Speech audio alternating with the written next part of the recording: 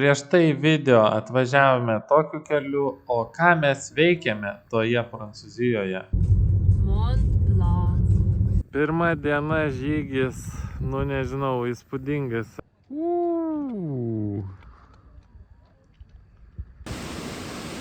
Turbūt didžiausias highlightas yra pasikėlėm į Mont Blancą alpinistę ir va ten biški dar pūsto. Sveiki, esame ledyne. Pavyko pasiekti 3 valandas su pusė kažkur. Pikti biurė. Ėjom ir priėjom įdomų labai dalyką.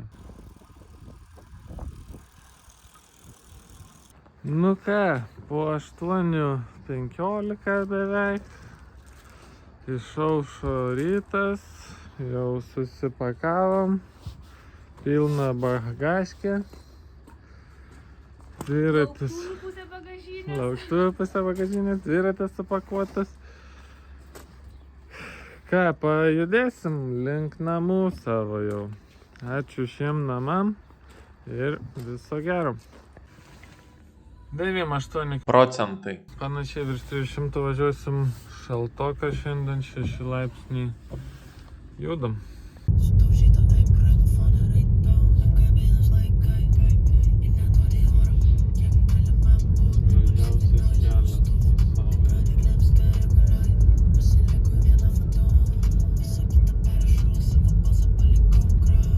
Džordžas į kalną varo. Sako, o tai čia įmanoma prasilenkti 2 maškėm? Nu, nežinau, gal ir įmanoma.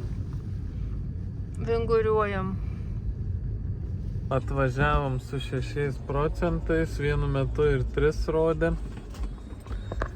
Kiek čia gavosi since charge 200 PM4.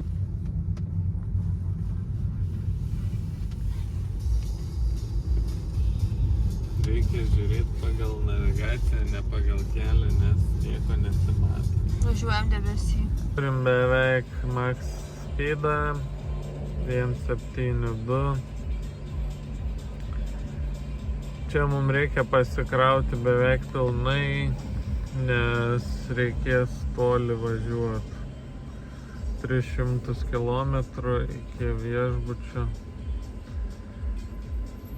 Tai jau bus šiandien viskas ir turėtume būti 40 minučių apie 6 turbūt.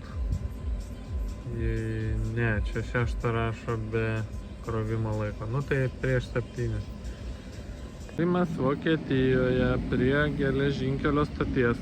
Sakau čia kaip naujininkai, kad Kur geriausi kebabai? ne kebabai, o dionieriai. Vokietijoje. Vokietijai. Kai sakiau lavaš, niekas nesuprato, kas tas lavaš. Ten jie kitaip vadina. Švarma? Ne švarma. Šavarma. Trumpas vlogas. Atvažiavom į Vokietiją, šiandien pirmas krovimas. Mums pavyko nuvažiuoti 285 kilometrus. Biškį buvom paspaudę, net 10 minučių greičiau atvažiavom negu planavo. O va, kur, pavyzdžiui, rasti krovimą, tai va, mūsų autostrada, o krovimas prie pat. Tai dabar pasikrausim ir varysim tolyn. 25 minutėm vėliau jau turim 83%.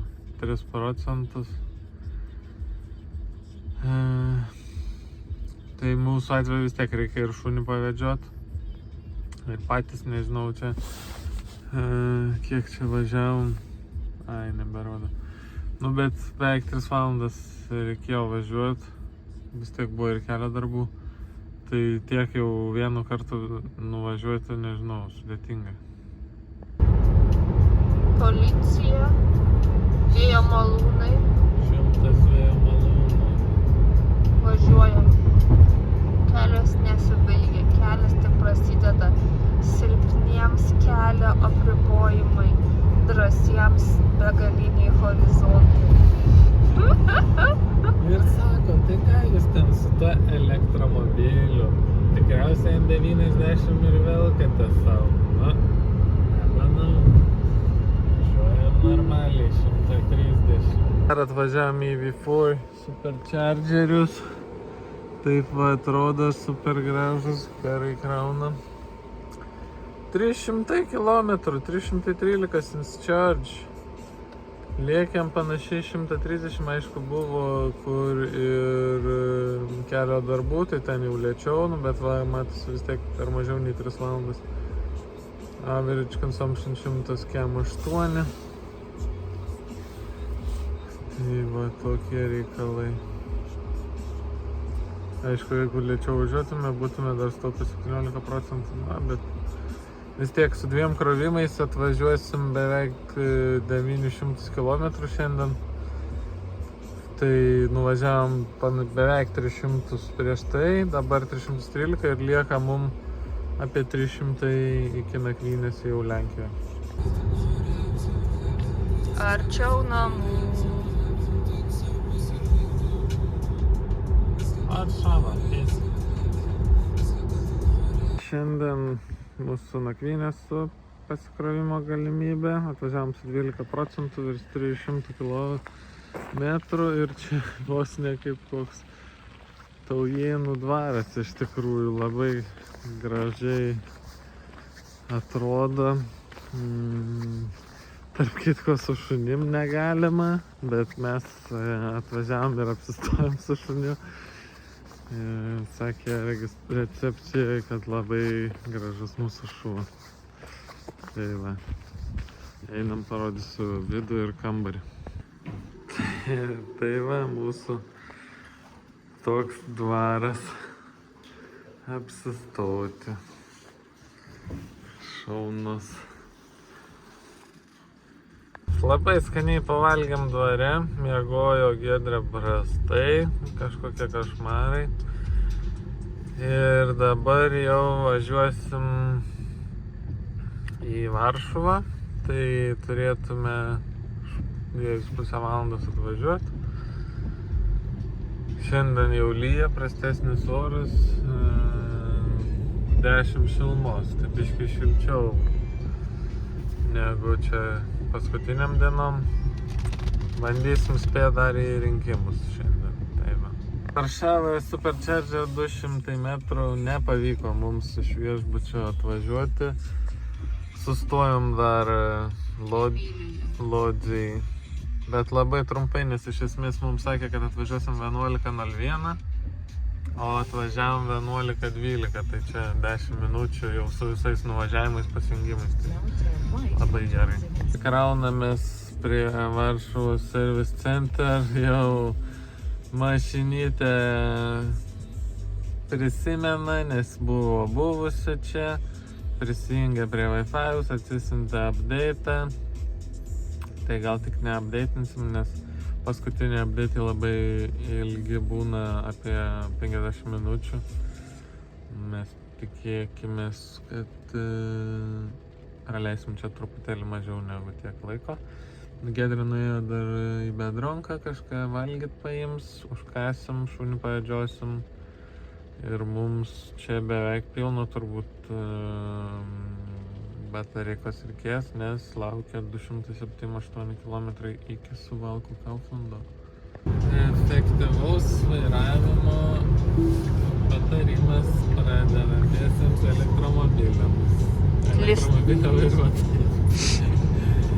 Tai kaip Newtonas jau seniausiai atrado, kad energija iš niekur neatsiranda ir niekur nedingsta, tai labai pravartu yra važiuoti paskui kažkokį didesnį automobilį, kaip mūsų atveju didelį mikroautobusą.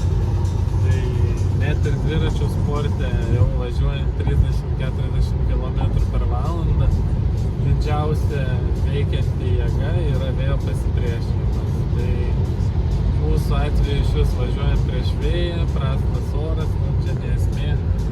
Bet išvažiavom iš Varšuvos link Suvalkų, beveik 300 km.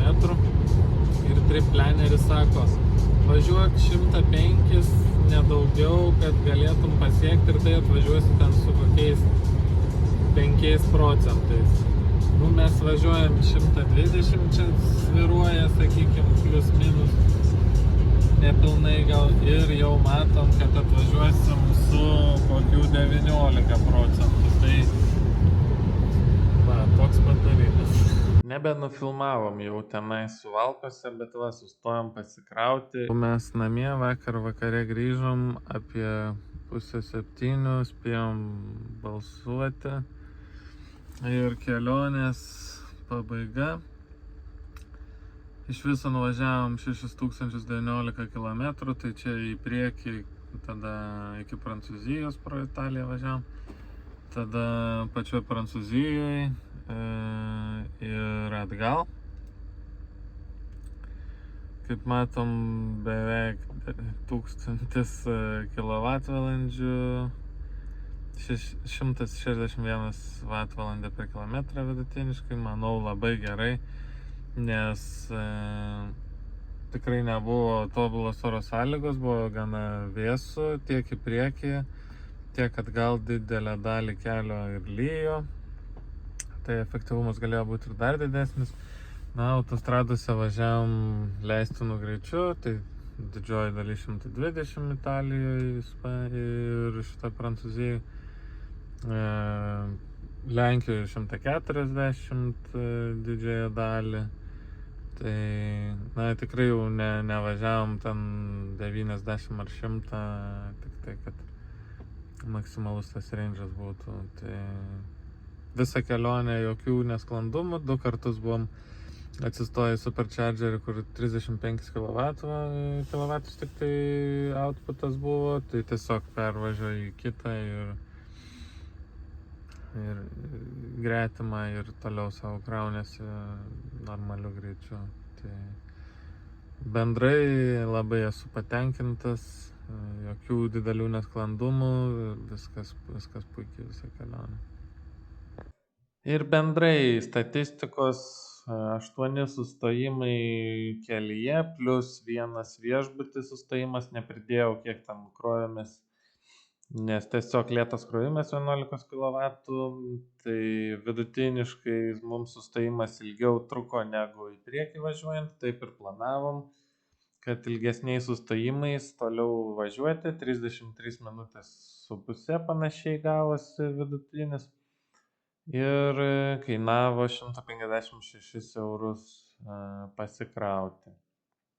Kad nuvažiuotume 2,5 tūkstančio. Na, o bendra statistika pilnai 8 valandos 40 bendras krovimo laikas, pirmyn ir atgal, 740 kWh, 331 euras ir beveik 5000 km pirmyn atgal. Dar ir tenais, pačioj Prancūzijoje apie 1000 km nuvažiavom, bet jau čia neįtraukiu į šitą statistiką. Tai tiek. Briniai medžiai kažkokie. Ir prie